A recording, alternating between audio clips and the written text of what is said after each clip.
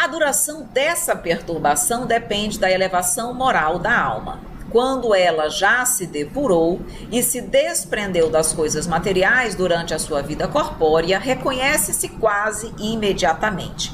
A perturbação que se segue à morte do corpo material nada tem de penosa para a alma do homem de bem, que mantém a sua consciência pura.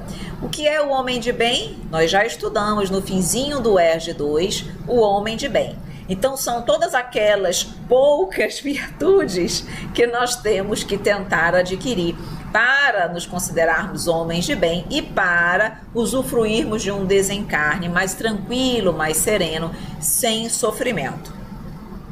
Por outro lado, a alma do homem que se prendeu às coisas materiais e não manteve a consciência pura, conserva por muito mais tempo a impressão da matéria e, portanto, o estado e o período de perturbação será maior.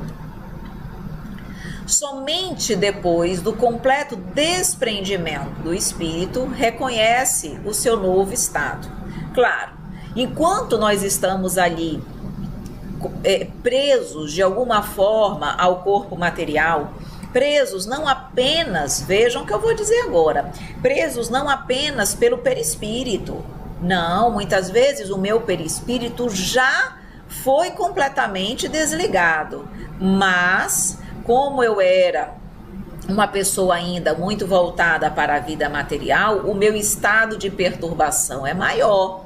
Então eu só vou, na verdade, me reconhecer no meu novo estado, despertar, quando esse desprendimento em relação à matéria, esse apego em relação à matéria, findar.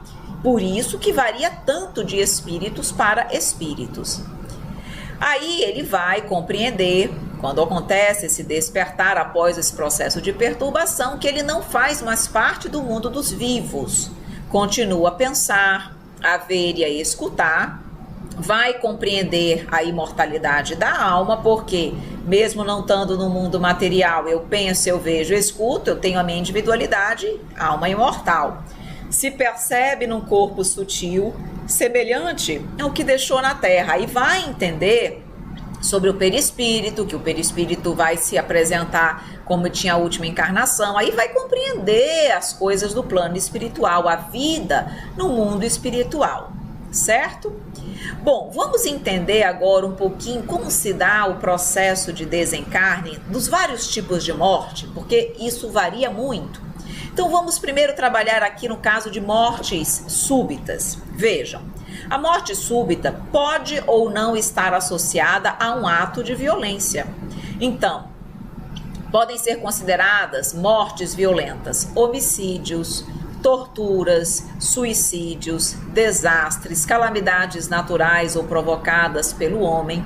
Tais mortes provocam ao desencarnante sofrimentos que variam ao infinito. Isso varia muito. Claro que uma pessoa que se suicida vai ter um sofrimento maior do que uma pessoa que, por exemplo, morreu numa calamidade natural ou provocada pelo homem. Por quê? Porque o suicídio é um ato contrário à lei de Deus. Nós vamos ver ele um pouquinho mais à frente. Mas existem inúmeros casos de morte súbita. O que nós percebemos? Claro que cada caso é um caso, tá, meus amores? Nós estamos falando no aspecto geral. A morte súbita, ela traz um processo de perturbação maior para o espírito, e o desligamento do corpo material, o desligamento do perispírito em relação ao corpo material também é maior. Por quê? Porque ainda muito fluido vital ligando o corpo material ao perispírito. Nós sabemos que o fluido vital, nós já estudamos isso no ERG 1, é exatamente o fluido que traz, que dá a vida orgânica. E que à medida que o fluido vital vai se extinguindo, diminuindo, vai facilitando o desligamento. Quem tem uma morte súbita, ainda estava ali cheio de vida, tem muito fluido vital. E o fluido vital em excesso, ele faz o quê? Com que os laços entre o perispírito e o corpo físico sejam maiores. Portanto, o desligamento vai ser mais difícil. Não fica nada assim absurdo nós entendermos esse raciocínio. Então, e outra coisa, no caso da doença e da morte natural, o desligamento começa antes. No caso da morte súbita, não. Como a pessoa estava plena de vida, o desligamento só vai iniciar depois da morte do corpo físico. Então, ela vai demorar mais tempo e ela também vai trazer um período, um estado de perturbação maior para o espírito desencarnante em função da morte súbita, em função do excesso de fluido vital que ele tem. Claro que, mesmo assim, quem é mais evoluído sofre menos, quem é menos evoluído sofre mais. A morte violenta, na morte violenta, o perispírito estando fortemente ligado ao corpo material e as forças vitais estando bastante ativas, os liames que unem o envoltório material ao perispírito são mais tenazes e o desprendimento completo torna-se mais lento. Aí vocês podem perguntar, e por que as pessoas escolhem uma morte súbita, se é uma morte que traz mais sofrimento? Algumas pessoas escolhem exatamente para acelerarem o processo evolutivo no fim da sua vida material. Se a morte súbita traz mais sofrimento e as pessoas passam por ela e escolhem isso, vocês concordam comigo que quanto mais sofrimento e quanto mais eu venço e passo bem por aquele sofrimento, mais mérito eu tenho? Então, uma pessoa que morre de uma forma bem gradual e tranquila, ela naquele momento ela não está sofrendo quase nada, ela não está crescendo muito naquele momento, naquela morte. Quem tem uma morte mais violenta, uma morte súbita e pede isso, como é algo difícil, é algo que permite ao espírito adquirir uma evolução mais rápida naquele momento. É como se a pessoa pedisse nos últimos dias e momentos da sua existência uma morte difícil, súbita, para que ela pudesse ascender alguns degraus exatamente na hora da morte, ascender alguns degraus evolutivos na hora da sua morte. Então tem pessoas que, ou por questões de compromissos kármicos também, pode acontecer em função de compromissos kármicos, eu preciso desencarnar daquela forma, enfim, fato é que muitas vezes as pessoas utilizam a morte, a forma pelas quais elas vão desencarnar, como uma forma de evoluir também, tá? Morte coletiva, situação importantíssima, nós estamos vivendo aqui agora a situação da pandemia, tivemos a situação do Brumadinho, tivemos as Torres Gêmeas, na verdade nós estamos tendo constantemente mortes coletivas. Vamos entender como é esse processo. Neste caso, o desprendimento só começa depois da morte e seu término não ocorre rapidamente, que é o caso das mortes violentas também. O espírito fica aturdido, não compreende o seu estado, permanece na ilusão de que vive materialmente por um período mais ou menos longo, conforme o seu nível de espiritualização. A perturbação, como é uma morte rápida, também súbita, acontece a mesma situação que nós estávamos analisando. Então, as pessoas, elas vão ser ajudadas, amparadas pela espiritualidade? Claro que sim. Nós sabemos que a espiritualidade, muitas vezes, no caso das mortes coletivas, eles montam enfermarias espirituais aqui na região da Terra, já para que na hora do desencarne essas pessoas já sejam imediatamente amparadas e auxiliadas durante o seu desencarne. A espiritualidade, ela não dorme em serviço e ela ampara, mas muitas vezes as pessoas são amparadas, mas ainda estão em estado de perturbação, nem percebem que estão sendo ajudadas, acolhidas e amparadas, porque ainda estão às vezes no estado de perturbação, tá? Então, por conta do excesso de fluido vital, a perturbação é maior e nesse estado não sabe se está, como ele diz aqui, permanecem na ilusão de que vive materialmente, não percebem o que aconteceu ainda com elas. No caso de morte coletiva, tem sido observado que todos os que perecem ao mesmo tempo nem sempre tornam a ver-se logo. Presas da perturbação que se segue à morte, cada um vai para seu lado, ou só se preocupa com os que lhe interessam. Então não é porque houve um desencarne coletivo que as pessoas que vão estar todas desencarnando naquele momento vão se encontrar todas no plano espiritual. Não. Cada um fica preso no seu estado de perturbação, nas suas sintonias, nas suas vinculações mentais, enfim. Cada personalidade, como ele diz aí, vai para o seu lado se preocupar com aquilo que lhe é de interesse.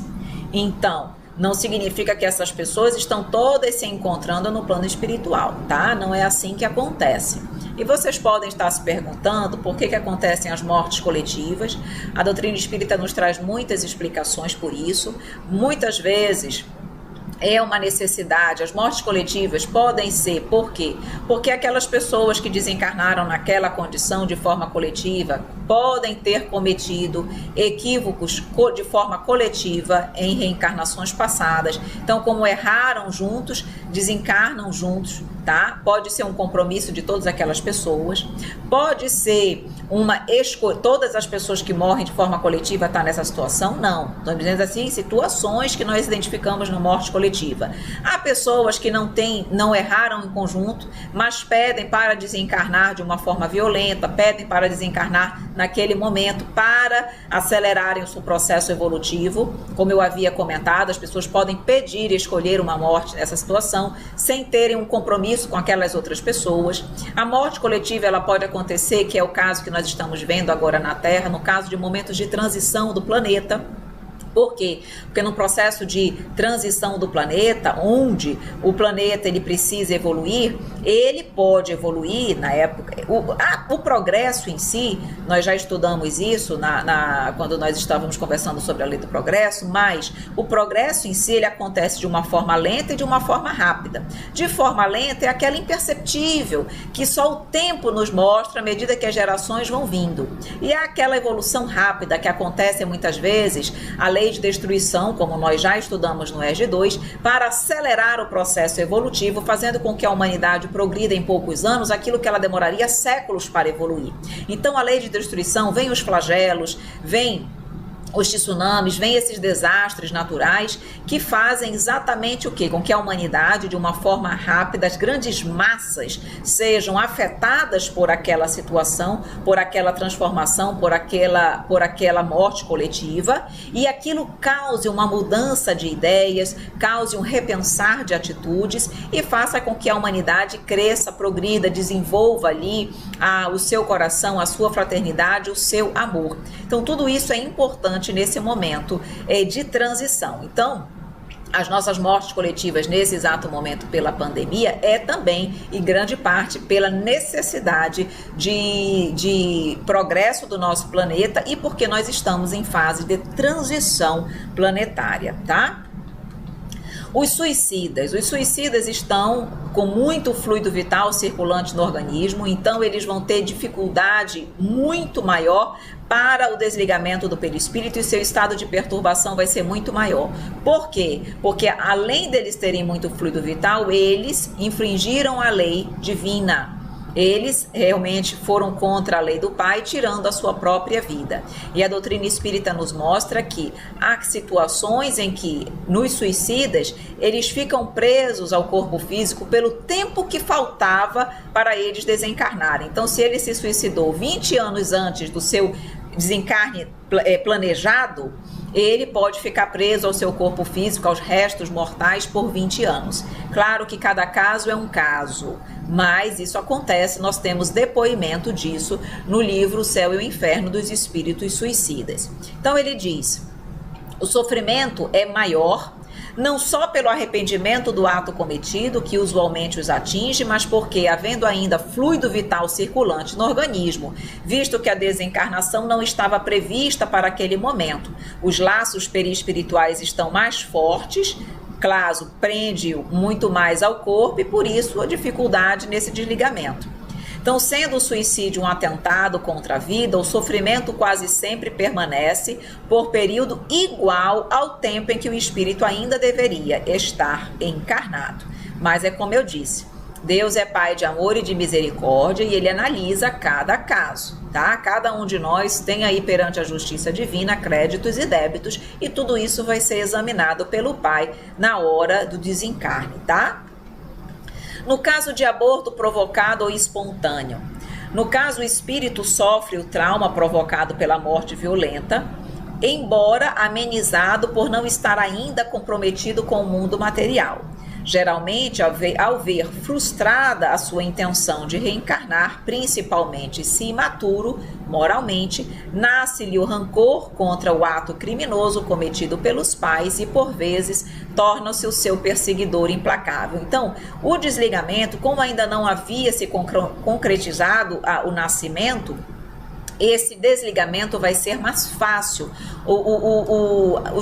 Os ligamentos, as ligações, na verdade, do perispírito para com aquele corpo que estava em formação ainda eram muito suaves. Então, isso facilita o desligamento, tá? O que acontece no caso do aborto provocado, não no espontâneo, mas no provocado, é que aquele espírito pode, se não for um espírito moralmente mais evoluído, ele pode se revoltar contra os pais e se tornar um espírito obsessor daquele casal, né? Ou daqueles pais, ou daqueles cônjuges. Mas, de qualquer maneira, o desligamento em si é mais tranquilo.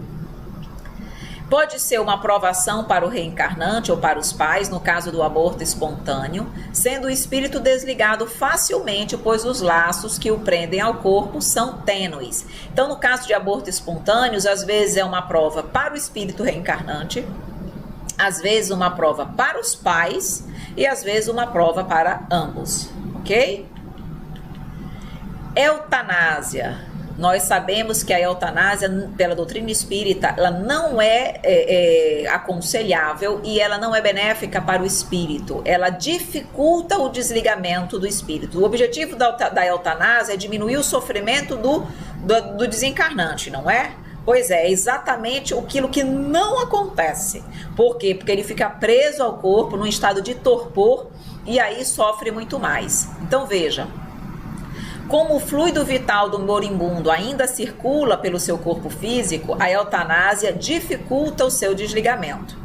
O espírito fica preso ao corpo inerte, em plena inconsciência e incapacidade de reação, até que se complete o esgotamento do fluido vital de seu organismo pela falência dos órgãos, quando então se inicia o desligamento. Então, se vamos supor que você faz a eutanásia alguns dias ou meses antes daquele termo final, o espírito vai ficar preso ao corpo inerte por 1 mês, 2, 3, 4, 5 dias, e só depois que se esgota o fluido vital é que inicia o desligamento do perispírito. Então, o desligamento do perispírito nem inicia antes. Percebam aí como para o espírito esse é sofrido. Então, não cabe a eutanásia, sabendo de todos esses conceitos. Muitas vezes, mesmo depois de desligado, o espírito ainda se conserva apático, sonolento e desmemoriado por ter tido abreviado criminosamente o seu desenlace.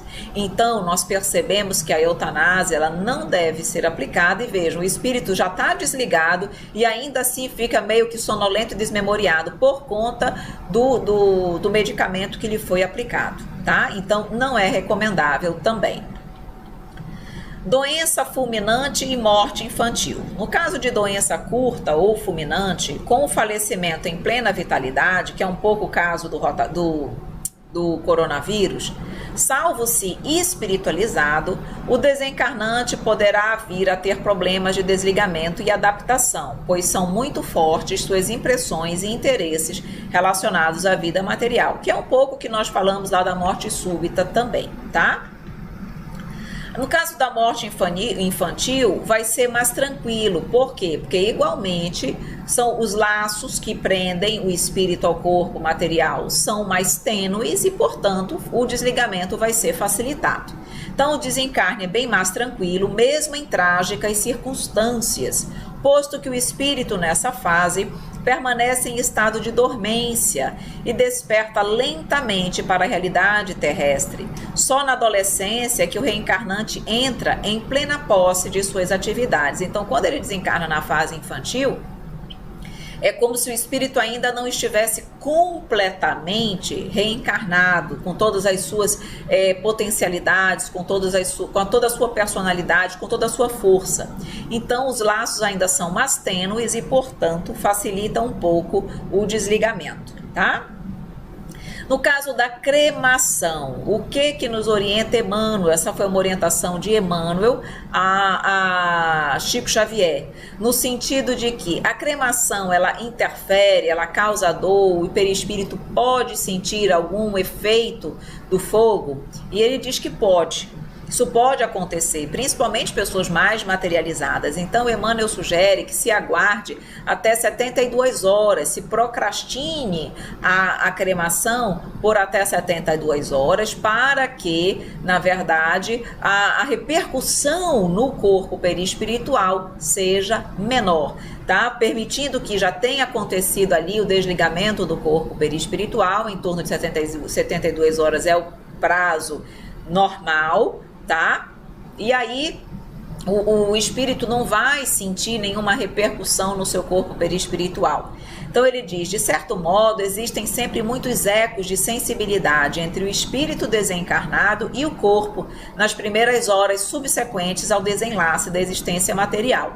Por isso que não se sugere que aconteça de imediato. Se possível, se a família quer cremar, há essa necessidade, que possa aguardar essas 72 horas. E se vocês me perguntarem, e se isso não acontecer, o espírito vai sofrer? Aí vai ser uma decisão de Deus. Porque se Deus achar que não precisa e não merece passar por aquilo, ele pode aplicar um processo de uma sonolência naquele espírito, que ele já desperta no plano espiritual, no hospital, e ele não sabe nem o que aconteceu com o corpo dele. E ele não vai sentir nada, tá? Deus pode fazer isso, claro, cada um em função dos méritos que tem, pode ter essa permissão do Pai. Então isso vai ser uma análise caso a caso perante a justiça divina. Doação de órgãos, será que devemos, será que não devemos? Então ele diz aqui, importante avaliar se não haveria possibilidade do doador ficar preso às vísceras, no caso do espírito ficar preso às vísceras que lhe foram doadas. Então Chico Xavier nos diz, se a pessoa chegou a um ponto de evolução em que a noção de posse não mais a preocupa, esta criatura está em condições de doar, porque não vai afetar o perispírito em coisa alguma. O doador é uma pessoa habituada ao desprendimento da posse. Então, se a pessoa sabe da imortalidade da alma, que o que fica aqui, não se prende a isso, ele não vai se incomodar e ele não vai se achar no plano espiritual sem um coração, sem um rim, enfim, como se ele tivesse com o seu corpo faltando aquele órgão. Mas espíritos materializados, isso pode acontecer. Porque quando eles não entendem, eles podem acreditar que eles estão lá no plano espiritual sem aquele órgão, como se o perispírito deles necessitasse daquilo. Não necessita, obviamente que não, mas eles não têm o entendimento, então eles podem achar que isso é necessário, tá? Então é o caso, no caso de doação, de nós sabermos como o doador se posiciona ou sempre se posicionou em relação a isso na vida presente. Agora, claro que perante a doutrina, isso é um ato de quê? De bondade, de doação. No fim da sua vida, você está procurando ainda ajudar a salvar a vida de outros. Então, tudo aquilo que é caridade é bem visto perante a justiça divina. Aí, claro que o ato em si é benéfico, mas é importante nós sabermos como o doador se coloca, se posiciona, para evitar um sofrimento dele no plano espiritual. Mas o ato de doação de órgãos em si é benéfico. Mecanismo de desencarnação. Então, vamos entender essa transição, do plano físico para o espiritual. Nós já estudamos isso, agora já estamos aí finalizando as nossas pontuações finais. Esta acontece então com o desligamento dos laços perispirituais, que quando se completa, o moribundo encontra-se em estado de inconsciência. O processo de transição pode ser mais ou menos duradouro, segundo as condições espirituais do desencarnante e o gênero da morte. Então essa transição, nós já vimos que, em função da condição espiritual do desencarnante, se mais ou menos evoluído, e o gênero de morte, se morte natural, por doença, desencarne, morte coletivo, tudo isso vai fazer com que o estado de inconsciência, de perturbação, seja maior ou menor. Visão panorâmica e retrospectiva. Nós já sabemos também, a doutrina espírita nos mostra, lá no livro Céu e Inferno tem vários depoimentos nesse sentido. Nós já sabemos que é comum e natural que os desencarnantes, eles revivam em pequenos momentos, rápidos, segundos, poucos minutos, a sua existência, como se fosse um filme, tá? E principalmente a parte infantil, no início da sua reencarnação, e a parte final. O meio fica fica mais fluido, mas as extremidades ficam mais vivas na sua memória. Isso de fato acontece. Então essa visão permite ao desencarnado reviver com detalhes os pensamentos marcantes que tivera e os atos cometidos na existência que ora finda. Ideias insignificantes que tivera, os atos mínimos desfilam absolutamente precisos, revelados de roldão, como se estivesse numa câmara ultra rápida, instalada no seu interior, projetando na mente um filme cinematográfico que inopinadamente vai se desenrolando. Então isso de fato acontece, tá? E é interessante isso, por quê? Porque ele tendo ali de relance toda a sua vida, ele naquele momento vai ter oportunidade de lembrar das coisas boas, das coisas ruins, dos atos em conformidade ou desconformidade com a lei de Deus, de modo que quando ele chega no plano espiritual e ele desperta, ele vai estar com a sua consciência lúcida no tocante àquilo que ele fez de bom ou de ruim. Perfeito? Então, essa visão panorâmica e retrospectiva, ela de fato acontece. O auxílio dos trabalhadores espirituais. Tudo indica que o processo desencarnatório é operado por espíritos especializados que, em geral, agem segundo uma sequência específica, obviamente com as naturais variações, conforme as condições apresentadas pelo desencarnante, as circunstâncias e o tipo de morte. Há trabalhadores espirituais destinados para o processo de desencarne. Então, eles promovem o desligamento do perispírito, o acolhimento do espírito no plano espiritual. Então, durante a pandemia, nós estamos sendo, esses espíritos todos que estão desencarnando, estão sendo amparados pelos espíritos superiores e especialistas nesse processo de desencarne? Com certeza. Às vezes, é como eu disse, às vezes o próprio espírito desencarnante nem percebe esse auxílio pelo estado de perturbação que ele está, mas a ajuda está acontecendo, o amparo está sendo providenciado pela espiritualidade. Perfeito? Para nós irmos concluindo, em resumo, praticando a lei de Deus, atingimos o verdadeiro objetivo da vida material.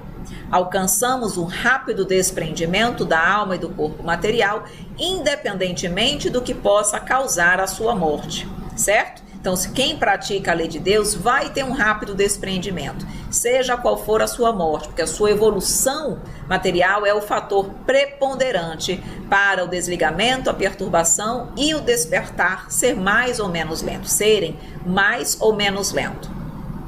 Passará de modo breve pela perturbação que se segue à morte, sendo apenas um sono leve, como um despertar feliz, Obtemos a libertação, a volta da lucidez e o reconhecimento na vida espiritual sob o amparo dos espíritos bons, amigos e familiares. E experimentamos de modo sereno, alegre e feliz a continuidade da vida da alma após o seu retorno ao mundo espiritual, mantendo atividades nobres. Então é isso que nós temos que buscar, queridos amigos, essencialmente praticarmos a lei de Deus enquanto estamos aqui na Terra, para que o nosso desprendimento seja rápido, a nossa perturbação seja breve e o nosso reconhecimento no plano espiritual, o nosso despertar também seja rápido. E aqui eu trago para vocês um treino para a morte. Todos nós temos que trabalhar esse processo em nós, para que no dia que a morte chegar, de fato, nós estejamos preparados. Isso está lá no livro Cartas e Crônicas, pelo Espírito Humberto de Campos. Então vamos nos preparar diariamente pelo prato de cada dia, comendo estritamente necessário. Não precisamos nos apegar à gula, mas sim comer apenas aquilo que é necessário ao nosso corpo. Evitando o uso de álcool, fumo e drogas, tudo isso nos prende aos vícios e à matéria, dificulta o nosso desencarne. Sexo, vamos sempre utilizar de forma equilibrada, preservando o equilíbrio emotivo e não desregrando os nossos centros vitais de força. Não nos deixemos escravizar pelo dinheiro, não fiquemos apegados à materialidade, ao mundo e à riqueza. Tudo isso dificulta o nosso desencarne. Não nos apeguemos demasiadamente aos laços afetivos. Quem se prende, quem se apega muito aos amores, deles não se liberta e, portanto, também vai ter a sua desencarnação dificultada. Religião, vamos viver conforme os seus preceitos, vivendo a lei de justiça, de amor e de caridade, vivendo o amor a Deus e ao próximo. Vamos fazer o bem sempre que puder, vamos vivenciar a lei da caridade. Fora da caridade não há salvação. Vamos conservar o sorriso, a alegria, o bem-estar. Vamos ser pessoas felizes, levando sempre algo de bom ao outro e a nós mesmos. Trabalhar, lei do trabalho, o trabalho dignifica o homem e favorece o seu progresso, tanto moral quanto intelectual. Vamos cumprir os nossos deveres, disciplina, responsabilidade, tudo isso também favorece o nosso desencarne. Perfeito, meus queridos amigos?